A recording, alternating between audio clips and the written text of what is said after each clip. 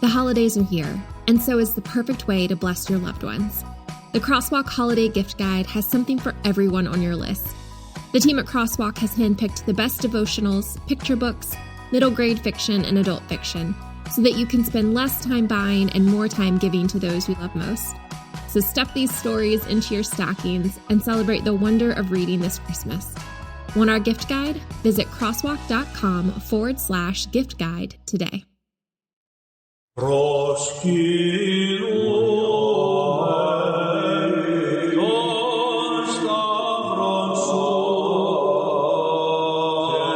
Welcome back to the History of the Papacy podcast, a podcast about the popes of Rome and Christian Church. Prepare yourself to step behind the ropes and leave the official tour of the story of the popes and Christianity. I am your host, Steve Guerra, and I thank you for joining me on this journey.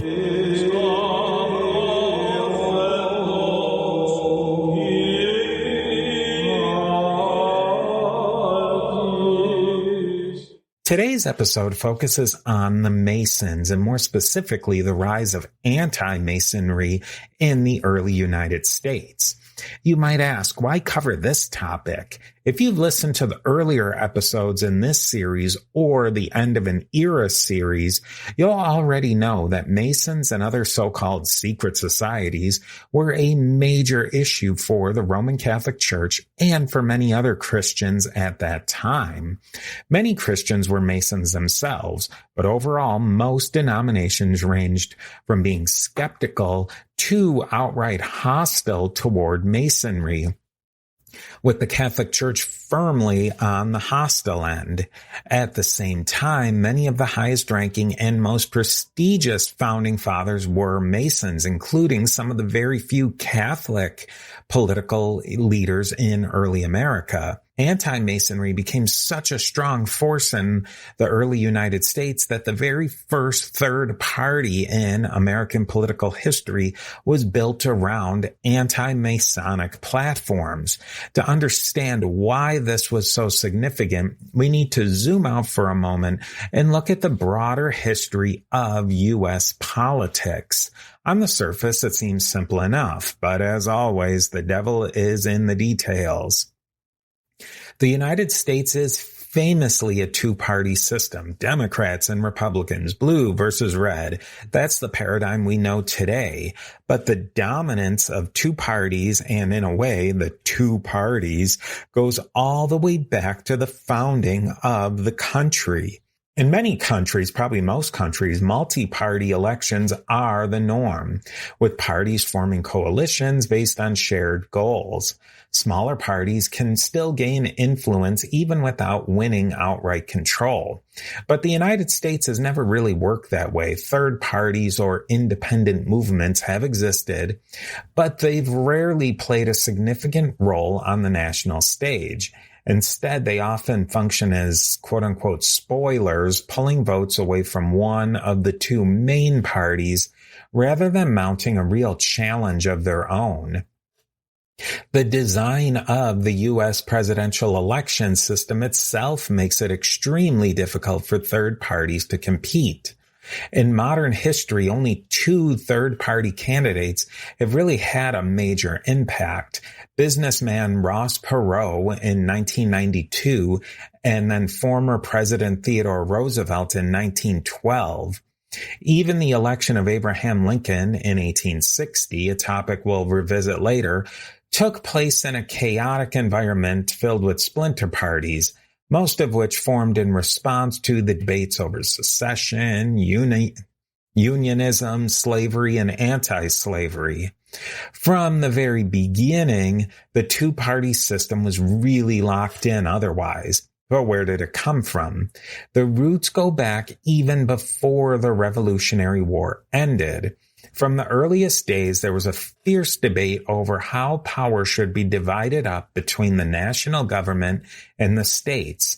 Some leaders feared replacing a king with another centralized authority and wanted a weak national government, giving most of the powers to the individual states. Others believed that a loose collection of mini countries would lead to chaos and eventually fragmentation, and they pushed for a stronger national framework. The Articles of Confederation, the nation's first governing document, created an intentionally weak federal government, but it quickly became clear this approach was unsustainable. In response, the nation's leaders gathered in Philadelphia, intending to revise the Articles, but instead they replaced the Articles entirely with the U.S. Constitution. This move was controversial from the start. The new Constitution gave the federal government significantly more power, prompting strong opposition across the states. To secure ratification, it required immediate revisions, the so-called Bill of Rights, 10 amendments designed to guarantee protections for both individuals and the states. With these revisions, the Constitution became a remarkably stable framework, amended only 6 times since its initial adoption, plus those 10 initial revisions. Some of the most notable amendments were driven by religious and cultural forces, particularly the Second Great Awakening. The 18th Amendment established prohibition, reflecting temperance movements rooted in religious revivalism, while the 21st Amendment repealed that 18th Amendment entirely. The 19th Amendment granted the women the right to vote, which was also shaped by reform movements linked to this same period. Meanwhile, the 13th, 14th, and 15th Amendments abolished slavery, granted citizenship to freed slaves, ensured equal protection under the law, and prohibited voting discrimination based on race, all deeply influenced by the moral and religious debates of the time. The U.S. Constitution hasn't been amended since 1992. Even from its earliest days, American politics has revolved around one reoccurring tension: centralization versus decentralization, federal authority versus state power. This tension shaped not only the two-party system, but also the environment in which movements like Anti-Masonry arose. Understanding these dynamics helps explain why a movement strong enough to form the nation's first third party emerged in response to Masonry, and why it became such a lightning rod for political, religious, and cultural conflict in the early United States. Even for our friends outside of the United States who may already be familiar with the Republican-Democrat divide, it's worth spending a little time exploring where that system actually came from. At the very beginning of the United States, there were no official political parties at all. As a matter of fact, George Washington despised political parties and the factionalism they caused. While he served as president, he deliberately avoided aligning himself with any party. But that doesn't mean there weren't factions forming behind the scenes. Even in Washington's own non-political affiliated administration, these tensions were occurring.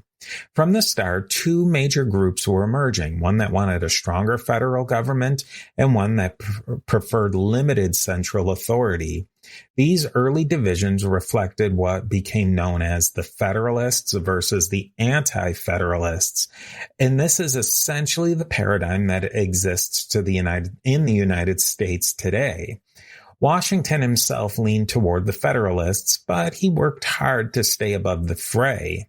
However, once Washington stepped down and became almost a semi-divine figure in the American political imagination, the floodgates opened and the race to organize political parties began. The Federalist John Adams won the next presidential election, but his support for several very unpopular policies and laws damaged the Federalist reputation. That period marked the high watermark of the Federalists' influence, and their opposition to the War of 1812 only accelerated the party's decline. Meanwhile, their rivals, the Democratic Republicans, an anti-Federalist party, quickly became the dominant force. For decades, they were essentially the only major political party in the country. From Thomas Jefferson through Andrew Jackson, 6 consecutive presidents up to 1836 came from the Democratic Republican Party, which eventually shortened its name to just Democratic Party and evolved into today's Democratic Party. But to make things even more confusing, these early Democrats were also sometimes called Republicans.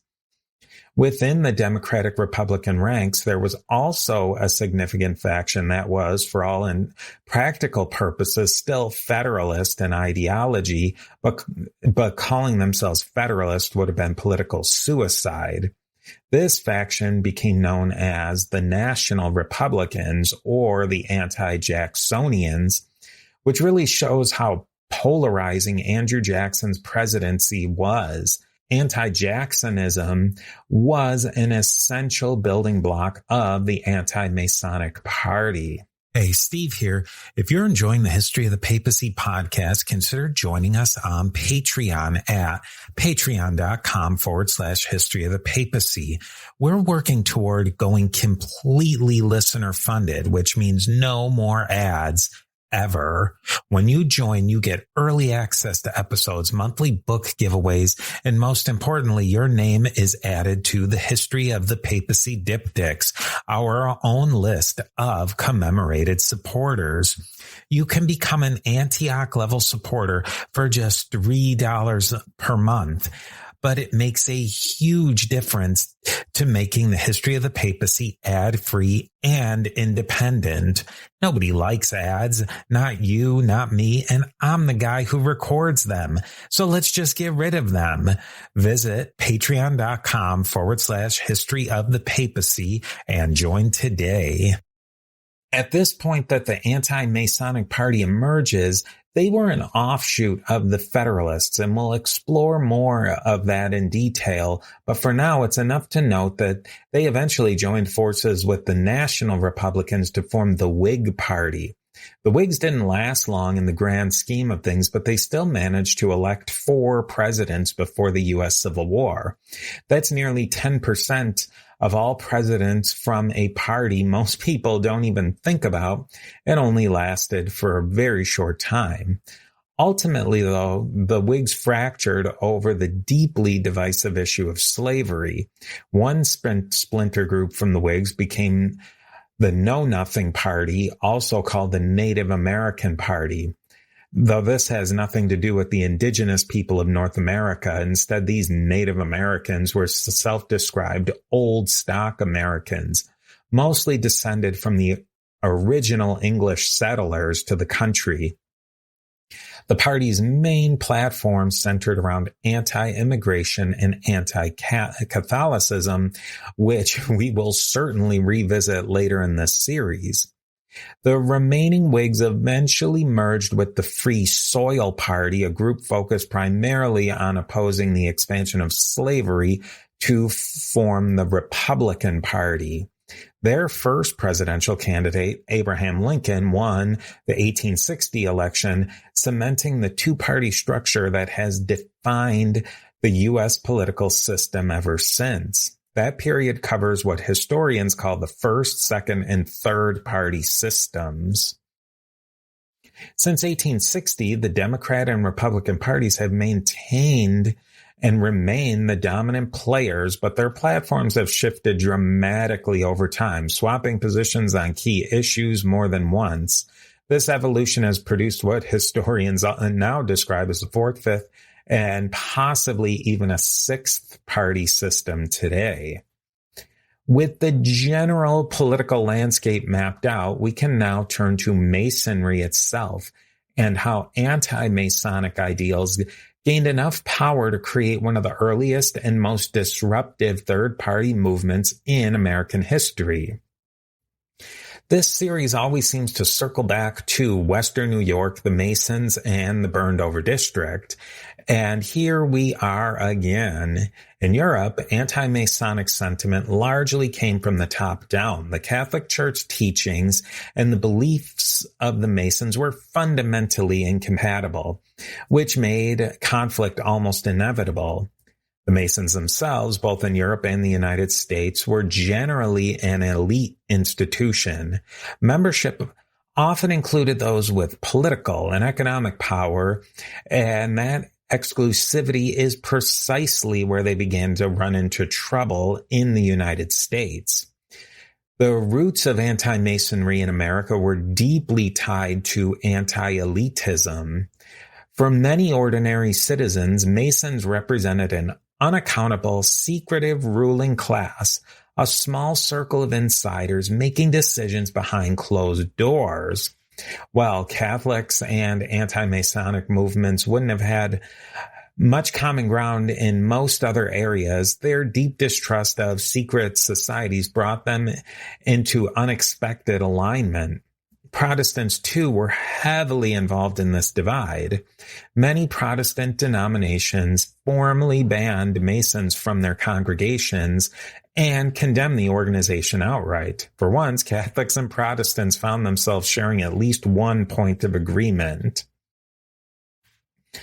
Meanwhile, the political landscape of the early United States played directly into the rise of anti-Masonry. Under Andrew Jackson, the Democratic Republicans had become almost the only game in town, leaving very little organized opposition. The weakened National Republicans offered little resistance, and this created a vacuum. Adding fuel to this fire, Andrew Jackson himself was a high-ranking Mason, which made him a target for critics and drove opposition movements to coalesce. Out of this tension, the Anti-Masonic Party began to rise. It became one of the earliest attempts in America to create a political movement centered entirely on resisting secret societies and their influence over politics and society. The birth and rise of the American anti-Masonic movement and the Anti-Masonic Party really marks a fascinating moment in U.S. political and religious history. This so-called first party and third party in the United States emerged during the collapse of the Federalist Party, and they set the stage for the long tradition of single-issue third parties in American politics. This isn't just a quirky footnote. This movement gave rise to the political careers of several major U.S. figures, pioneering the concept of national party conventions for nominating presidential candidates, and it stood as the first major populist political movement in U.S. history.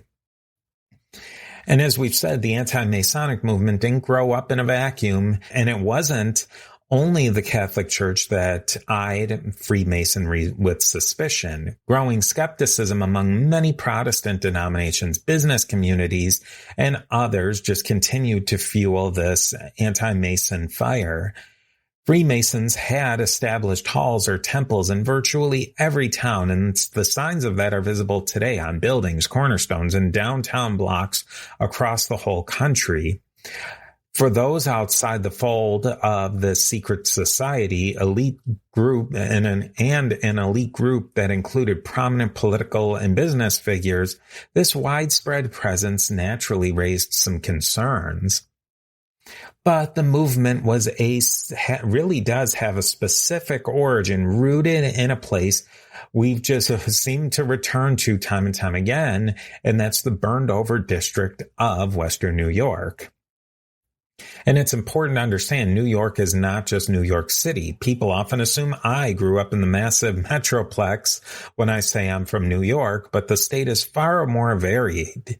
There's the city of New York, of course, but also the Dutch-influenced capital region around Albany, a German-influenced area in the east central part of the state, and a large swath of the western territory settled by New Englanders that in our time frame could really rightly be called the Wild West. The completion of the Erie Canal only made this frontier more dynamic and volatile. And that's right in this Wild West of the burned over district that the anti-Masonic movement took root. At the center of this spark was a nearly forgotten figure in American history, William Morgan, a man whose actions would unite and ignite a political and cultural avalanche. Steve here with a quick word from our sponsors.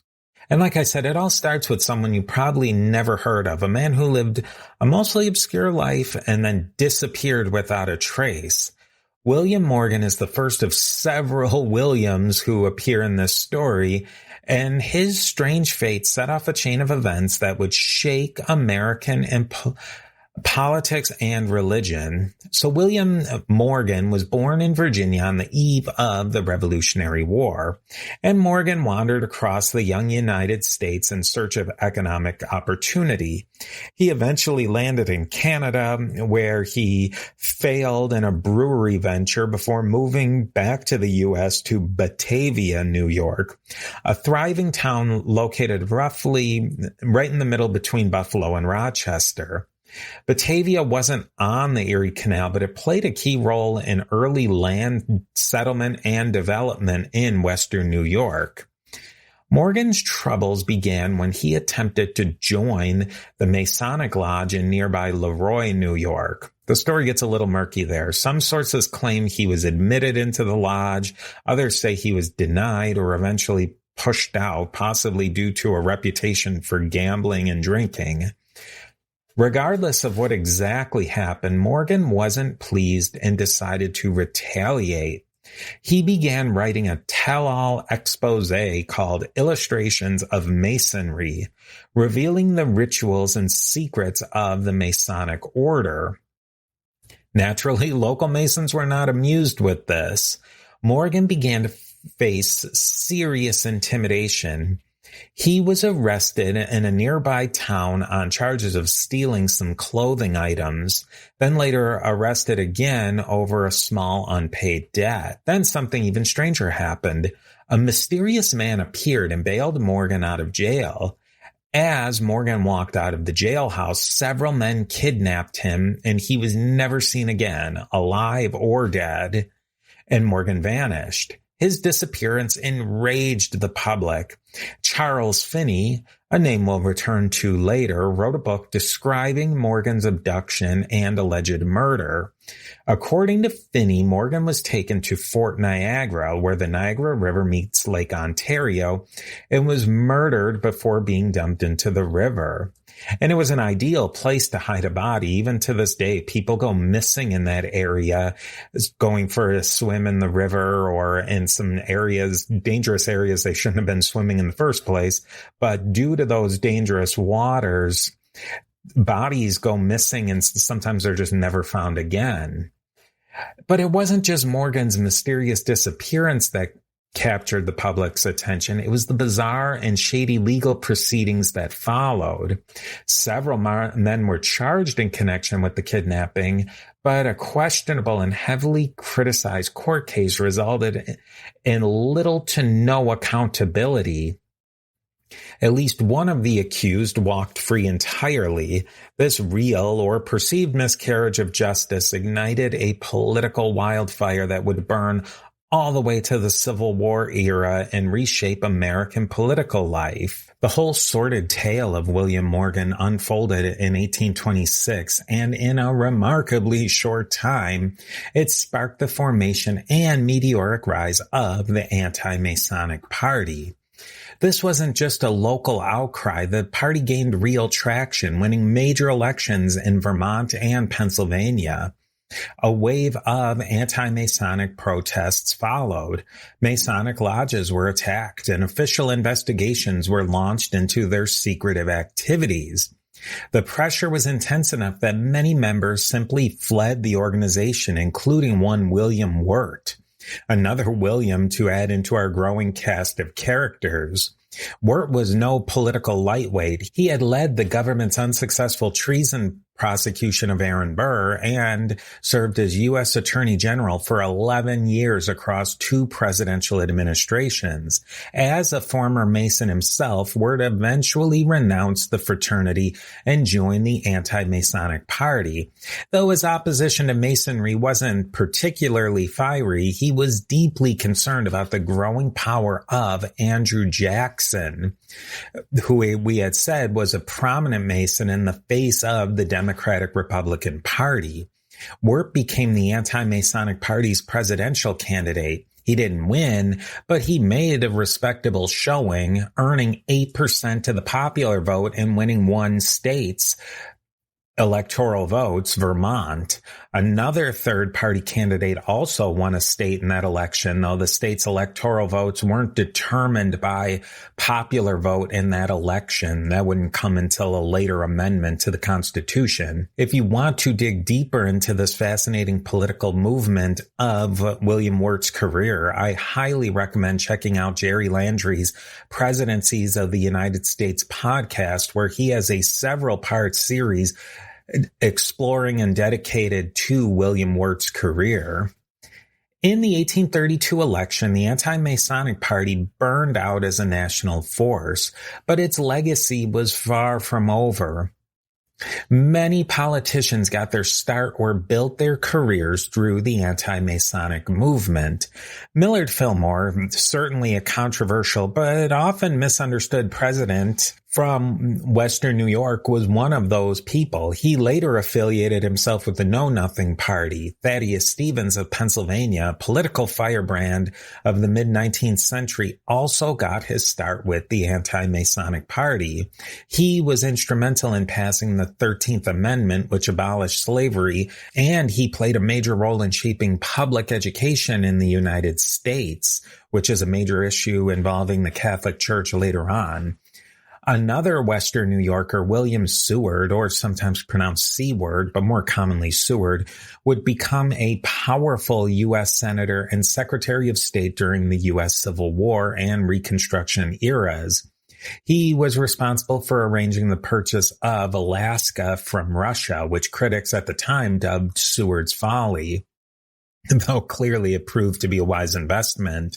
Even Charles Finney, not a politician, but a significant cultural figure of the time, was connected to this anti-Masonic climate. Each of these men would influence the themes we continue to explore in this series on the Catholic Church in 19th century America. Although the Anti-Masonic Party disappeared as a political force, the people and ideas it introduced continued to shape American political culture long after the demise of the party.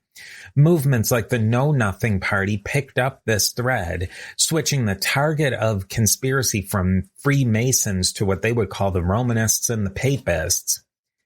Anti-immigration and anti-Catholic in tone, they channeled the same fears of secretive foreign powers that had driven the Anti-Masonic Party. The Whig Party absorbed many of these ideas and individuals, and from there, the Republican Party would eventually merge, intertwining threads from the anti-Masonic and Know-Nothing tradition into its early DNA. And that's where we'll leave things for now. This strange single-issue political movement aimed at the Freemasons might seem like it would naturally align with Catholic values, especially considering the Church's long-standing opposition to Masonry. But despite this shared enemy, there was no alliance to be found. The leaders and ideas that came out of the anti-Masonic movement emerged from a worldview that was greatly different from the Catholic experience in America. In fact, many of the Anti-Masonic Party's core concerns, from public education to immigration to the uniquely American form of Protestant Christianity, shaped by the revivals of the 17 and 1800s, would eventually stand in sharp contrast to the interests and growth of the Catholic Church. As Catholicism expanded rapidly in the United States through both natural population increases and mass immigration, it collided with these entrenched ideas and anxieties. That collision set the stage for some of the most fascinating and formative cultural and political struggles in American religious history. We'll be digging into all of these themes and more in episodes to come.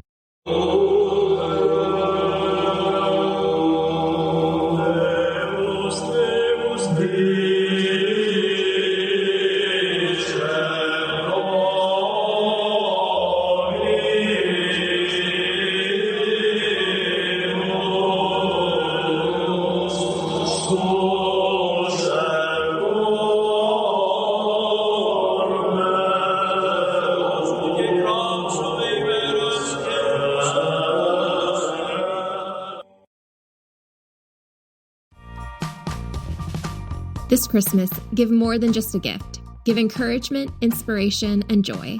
In the Crosswalk Holiday Gift Guide, you'll discover a curated collection of meaningful books and devotionals that celebrate faith, family, and the real reason for the season. This Christmas, we invite you to share comfort, quiet, or excitement with each person on your gift list. From beautifully illustrated Bibles and devotionals to novels and picture books, this guide holds the perfect book for every reader, including yourself. So stuff those stories into stockings, wrap collections with care, tuck a book or two into your own nightstand, and join us in celebrating the wonder of reading this Christmas.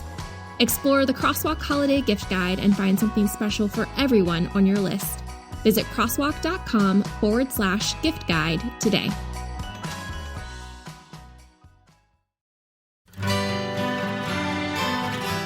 The Historical Jesus Podcast is the sweeping saga of the life and times of Galilean Jesus of Nazareth, as well as the faith, religion, and church founded to honor and disseminate his acts and teachings. Join me, Mark Vinette, on this fascinating journey through time, exploring the many great works of Christian theology, literature, architecture, music, and art inspired by the words and deeds of Jesus Christ.